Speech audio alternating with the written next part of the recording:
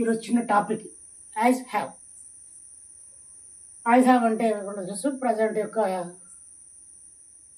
Helping వర్బ్లో చూసుకున్నాం do ఫామ్లో. So ఇక్కడ చూద్దాం వర్బ్ కూడా పనిచేస్తుంది. యాజ్ హ్యావ్ అనేది మన కింద కలిగి ఉండుట. For example I have a white board, I have a black marker, etcetera etcetera చెప్పుకోవచ్చు. సో ప్రజెంట్ పొజిషన్ అంటే నా యొక్క ఉన్నట్టు పొజిషన్ అంటే చూద్దాం. ఒక స్ట్రక్చర్ చూసుకుంటే ఐ వి యూ దే మనకు హ్యావ్ వస్తుంది, మీకు తెలిసిన విషయమే. డైరెక్ట్గా నౌన్ యూజ్ చేయాలి, ఆ స్ట్రక్చర్ మర్చిపోయింది.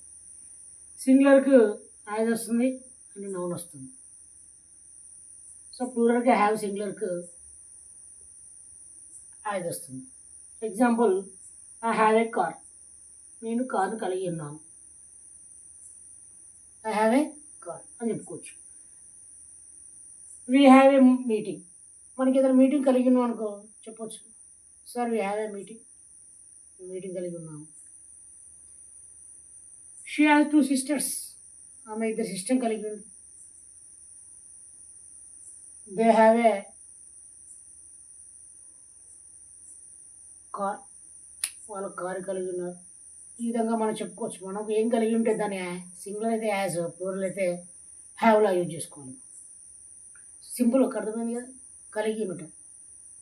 ఓకే, అతను మొబైల్ ఉందనుకో ఈ యాజ్ ఏ మొబైల్, నీకు మొబైల్ ఉందనుకో I have A mobile. Simple, right.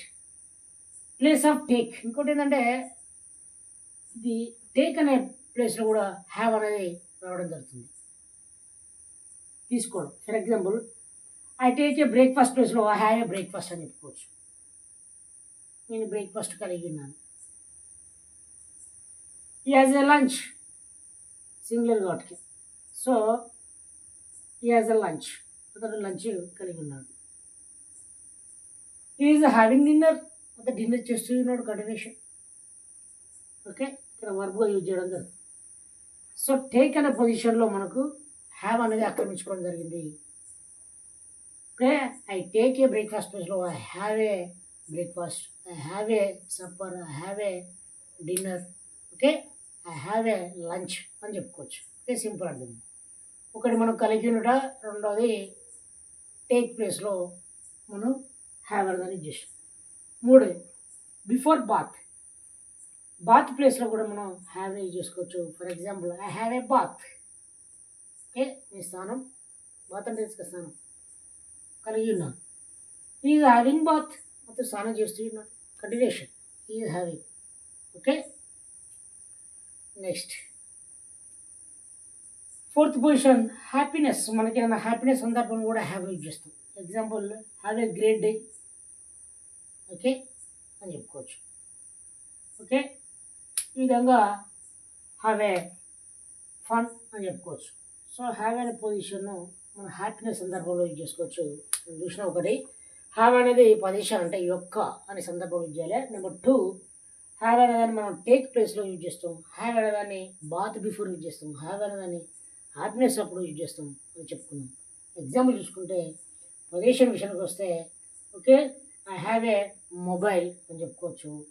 Okay, next ఈ యాజ్ ఏ కార్ అని చెప్పుకోవచ్చు. నెక్స్ట్ టేక్ ప్లేస్లో విషయానికి వస్తే హ్యావ్ ఆక్రమించిందని చెప్పినాం. I have a breakfast. Okay, he has a lunch, they have supper అని చెప్పుకోవచ్చు.